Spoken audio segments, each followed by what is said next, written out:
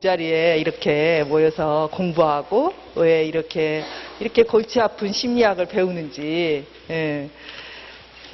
참 이런 과정들이 우리에게 왜 필요한지 그런 것들을 설명하는 오늘 융의 이론들을 함께 배우도록 하겠어요. 자, 융이라는 사람, 융 많이 들어보지 않았어요? 프로이드도 여러분들이 다 들어봤겠지만 융이라는 이름도 프로이드만큼은 아니지만 많은 사람들이 듣는 이름이 뭐냐면 융이라는 이름이에요. 프로이드와 비슷한 시기에 태어나서 프로이드와 함께 정신분석학 초기 정신분석학회 회장을 지냈어요. 융이. 융이라는 사람은 어떤 사람인가? 이 사람은요. 스위스에서 태어났는데요. 목사님의 아들이었어요. 그러니까 우리 같이 개혁주의 신앙을 가진 그런 목사님의 아들이었고, 근데 이제 융의 이렇게 가계를 보면 참 융이 정신적으로 불안정했겠다라고 싶은 요소들이 여러 가지가 있어요. 그게 뭐냐면 어머니의 성격이 굉장히 강했어요. 그리고 지배적이고 통제적인 그런 어머니였어요. 아버지는 어땠냐면 목사님인데 이 목사님이 가지고 있어야 되는 게 뭐냐면 신앙에 대한 확신이잖아요. 근데 융이 보기에 아버지는 그 신앙에 대한 확신이 없는 그런 실패자처럼 여겨진 그런 아버지였어요. 그래서 융은 그런 강한 어머니와 어떤 실패자처럼 보이고 그 신앙에 확신이 없는 것처럼 보이는 아버지 사이에서 외롭게 자라난 그런 아이였어요. 그래서 어렸을 때부터 융이 지금으로 치자면 어떤 신경증적인 그런 증상들을 많이 갖고 있었어요. 그래서 융은 어떻게 자랐냐면 혼자 꿈꾸고 혼자 상상하고 혼자 놀면서 이렇게 마음의 두려움도 극심한 두려움을 맛보기도 하고 그러면서 혼자 그것들을 극복하기도 하고 그렇게 자란 그런 어린애였어요. 예, 그래서 이제 자라나면서 학교를 못 가기도 하고 두려워서 두려움 때문에 학교를 못 가기도 하고 또 그런 상황들을 자기 스스로 어떤 그런 영감 비슷한 것들을 이렇게 혼자 갈 수 있도록 해서 또 가기도 하고 예, 그래서 이런 경험들이 나중에 융이 자기의 어떤 심리적인 이론을 발표할 때 토대가 됐죠. 그 어린 시절의 방황, 어린 시절의 어떤 그 외로움, 어린 시절의 두려움 이런 것들이 융 이론을 이렇게 펼치는데 도움이 됐습니다. 의사가 됐고요. 이게 정신과 의사가 됐죠. 그래서 정신과 의사가 되고 나서 그 신비한 여러 가지 인간의 이해할 수 없는 그냥 우리가 이런 봐서 그냥 이해할 수 없는 어떤 인간의 이상스럽고 신비한 그런 세계에 관심이 많았어요. 융이. 근데 이제 그러던 중에 1900년도에 무슨 책이 나왔냐면 꿈의 해석이라는 프로이드 책이 나온 거예요. 그래서 그 프로이드 책을 읽고 융이 이 세상에 나처럼 어떤 인간의 심적인 세계에 대해서 이렇게 깊이 관심이 있는 사람이 또 있구나. 가령 예를 들면 무의식의 세계, 어떤 알지 못하는 그런 세계에 대해서 이토록 관심이 있고 이런 것들을 연구하는 사람이 또 있구나. 그래서 편지를 써요. 프로이드에게. 편지를 쓰고 두 사람이 만났어요. 만나서 장장 몇 시간 동안 이야기를 했냐면 13시간 동안 이야기를 했대요. 네. 그러니까 두 사람이 만나가지고 그런 자신들의 그런 정신적인 연구와 어떤 그동안에 생각했던 거, 그동안에 겪었던 거, 마음속으로 생각했던 어떤 이런 부분들이 너무 둘이 그런 부분에서 잘 맞은 거예요. 그러니까 1시간, 2시간도 아니고 13시간 동안에 두 사람이 엄청난 이야기를 나눴고요. 프로이드는 융을 어떻게 생각했냐면 마치 자신의 아들처럼 융을 좋아하고 융을 키웠어요. 그래서 정신분석 그 학회를 만들었는데 그 학회의 총회장, 첫해 총회장을 융을 밀어서 융을 시켰어요. 그러니까 두 사람이 굉장히 가까웠고 돈독하고 학문적으로 아주 이렇게 동지처럼 그렇게 있었죠. 근데 이제 융에게는 이제 그 프로이드 이론을 바라볼 때 굉장히 마음에 들지 않는 게 있었어요. 그게 뭐였냐면 프로이드가 심리적인 역동의 근원적인 리비도 자체를 뭐라고 해석을 했냐면 성적 충동, 성적 욕구라고 이렇게 해석을 했잖아요. 거기에 대해서 융은 반대했어요. 그래서 그것이 아주 이제 안 맞는 거죠. 그 다음에 융이 바라볼 때 인간은 어떤 존재냐면 프로이드가 말한 것처럼 그렇게 결정론적인 존재가 아닌 것 같다는 거예요. 융은. 여러분 저번 시간에 우리 결정론에 대해서 배웠죠. 현재 이 사람이 행동하고 갈등을 일으키고 마음에 문제가 되는 것은 찾아서 들어가 보면 어린 시절에 비슷한 갈등, 비슷한 감정의 경험들이 있다. 그리고 그것들이 원인이 돼서 현재를 이렇게 경험하게 만들고 그런 감정들 속에 빠지게 만들고 그래서 그것들을 치료해야 된다. 이게 이제 프로이드의 결정론이잖아요. 근데 융이 생각할 때 그렇다면 인간이 그런 어린 시절의 경험들에 거의 지배받다시피 하고 인간의 어떤 고유한 결정이나 뜻과 이런 것과 상관이 없이 그렇게 살아가는 존재인가? 아닌 것 같은 거예요. 융이 볼 때는. 인간이 물론 어린 시절의 그런 그 경험들이 인간 성격 형성에 매우 중요하지만 그럼에도 불구하고 인간에게는 의지라는 게 있지 않나. 인간에게 의지. 그런 그 환경에 지배당하고 그 환경에 이끌려서밖에 살아갈 수밖에 없는 그런 인간이 아니라 그런 것들에 대해서 자기의 의지적으로 극복하고 의지적으로 뭔가를 향해서 갈 수 있는 그런 존재가 아닌가? 그런 것들을 이제 생각한 거예요. 그래서 그런 부분들이 프로이드하고 계속 마찰이 됐어요. 그래서 이제 한 3, 4년간의 어떤 그런 그 허니문 기간이 끝나고 결별을 하게 돼요. 결별을 하게 되는데 그때 융의 나이가 몇 살이냐면 이제 30대 후반이에요. 프로이드와 결별한 다음에 융이 엄청난 방황을 해요. 그러니까 융 스스로가 어떤 정도로 방황을 하냐면요. 만일에 내가 이런 정신과 의사가 아니고 어떤 전문가로서의 이해력이 없었다면 나는 미쳤을 것이다. 그 정도로 거의 운동 생활을 해요. 그래서 그 자신의 그런 내적인 세계 속으로 들어가기 시작해요. 근데 여러분 우리가 이제 무의식의 세계라는 게 무의식이 왜 생긴다고 그랬어요. 여러 가지 의미가 있지만 그 속에는 우리가 직면하기 두렵고 끔찍하고 말도 안 되는 여러 가지 욕구와 상상과 기억들이 다 저장돼 있다고 그랬잖아요. 근데 그 속으로 다 들어가는 거예요, 융이. 그러니까 막 귀신이 보이고요.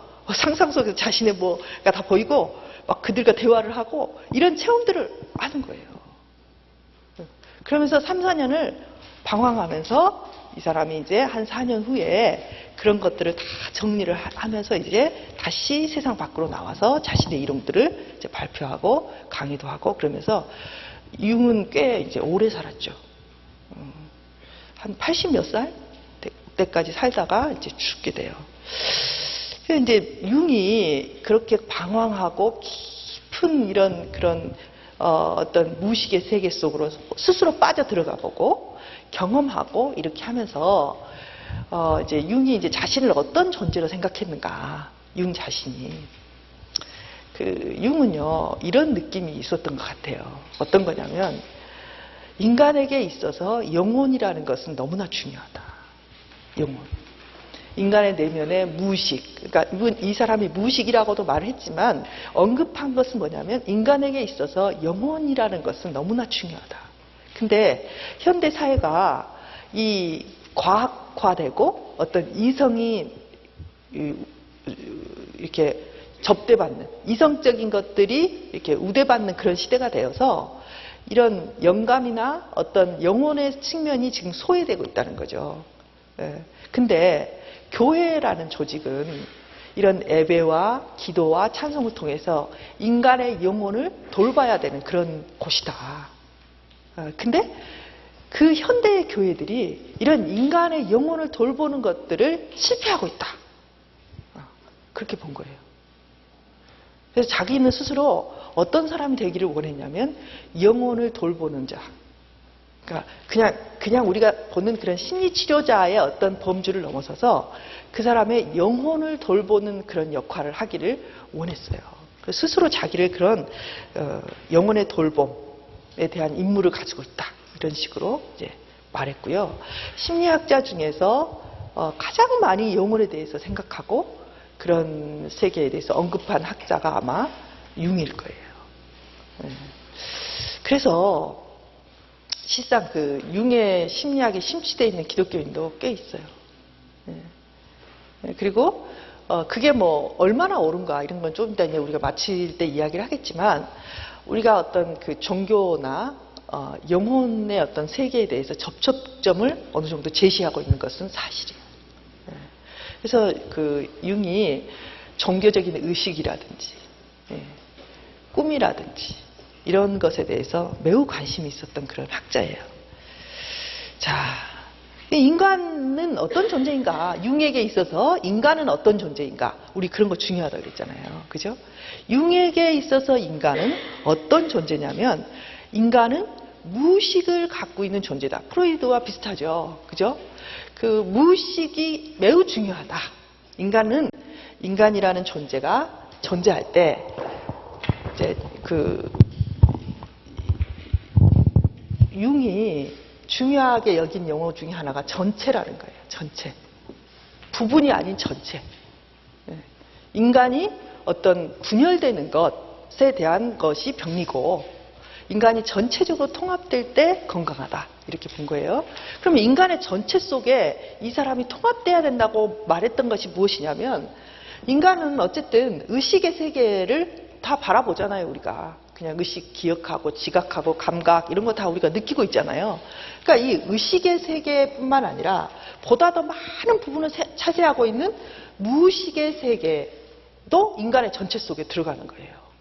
그런데 인간이 실제로 이 무의식의 세계를 너무나 간과하다 보니 인간은 어떻게 되냐면 허탈하게 되고, 심리적으로 절망스럽게 되고, 고통스럽게 되고, 뭔가 무의미하다는 느낌 속에 빠져들어가게 된다, 인간이. 그러니까 약간 나중에 배우게 될 실존주의 심리학하고 비슷한 부분이 있어요. 그래서 이 종교와 가장 가까운 상담 심리학이 뭐냐면 이 융 심리학과 실존주의 심리학이에요. 여기서는 뭘 이야기하냐면, 영혼과 그런 무의식과의 접촉과 이 유리된 인간, 거기에 접촉되지 못하는 인간은 무의미하고 공허하고, 그리고 뭔가 고통스럽고, 만족스럽지 않는 그런 이상한 어떤 그런 고통에 빠지게 된다는 거예요. 그래서 이제 만일에 그런 고통을 해소하기 위해서 돈을 더 번다든지, 뭐 예를 들면 뭐 가질 걸 더 가진다든지, 뭔가 고통스러우니까 뭔가 이렇게 결핍된 느낌이 들기 때문에 인간이 발버둥을 치게 되는데, 그런 발버둥을 치게 되면 인간은 더 자신의 영혼과 멀어진다는 거죠.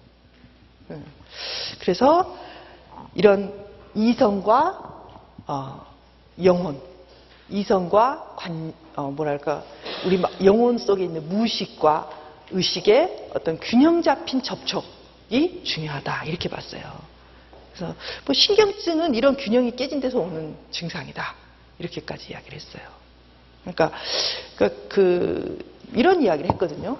융이 하나님이 계신가? 안 계신가? 뭐 이런 이야기를 하는데, 글쎄 난 모르겠다, 하나님이 계신지 안 계신지.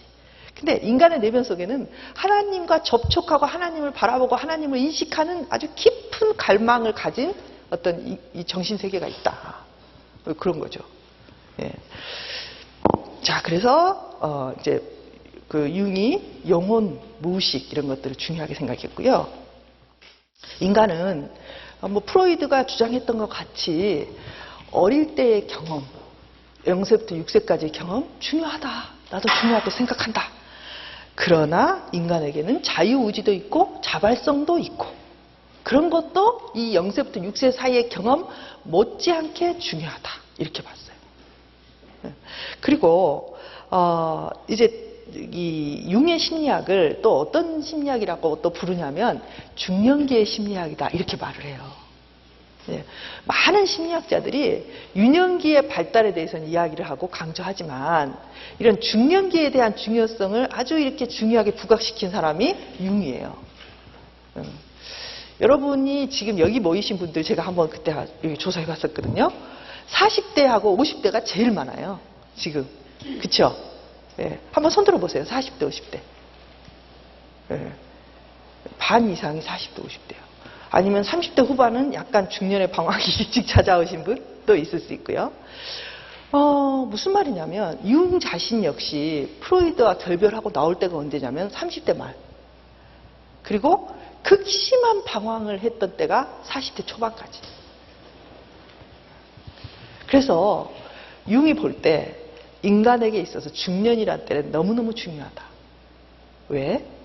중년은 진짜 본질적인 자신을 향하여서 진짜 나의 의미를 찾아서 존재의 의미를 찾아가는 그 시점이 언제라고 봤냐면 중년이라고 본 거예요.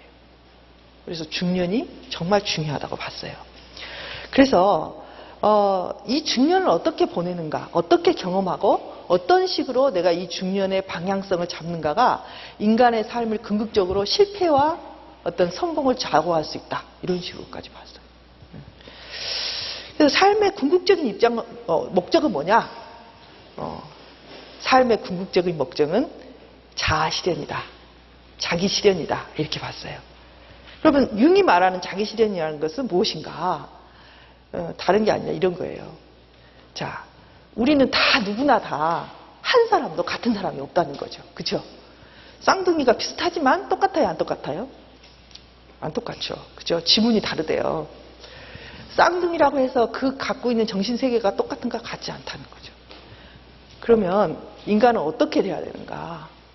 다 틀리게, 다 독특하게, 다 개성 있게 만들어져 있는 이 인간 하나하나가 다른 누구도 아닌 그 사람의 개성 그대로 표출되어야 된다는 거죠. 그 사람의 독특함 그대로 꽃피어야 된다는 거죠. 그럴 때 그 인간이 성공했다라고 말할 수 있다는 거예요. 제가 오면서 보는데 와, 꽃이 너무 많이 피었어요. 그죠? 놀러 가야 됩니다. 이럴 때. 봄나들이 가야 되는데 그 꽃을 이렇게 피어나는 꽃을 보면 개나리는 꼭 개나리 같이만 피어요. 그죠? 올해도 개나리, 내년에도 개나리. 참 신기해요. 그죠? 안 신기하신가 봐. 그게 뭐가 신기해? 개나리가 개나리 같이 피는 게. 벚꽃은요, 철저히 벚꽃같이 피어요. 벚꽃에서 개나리가 핀 적은 없어요. 그죠? 그런 거죠.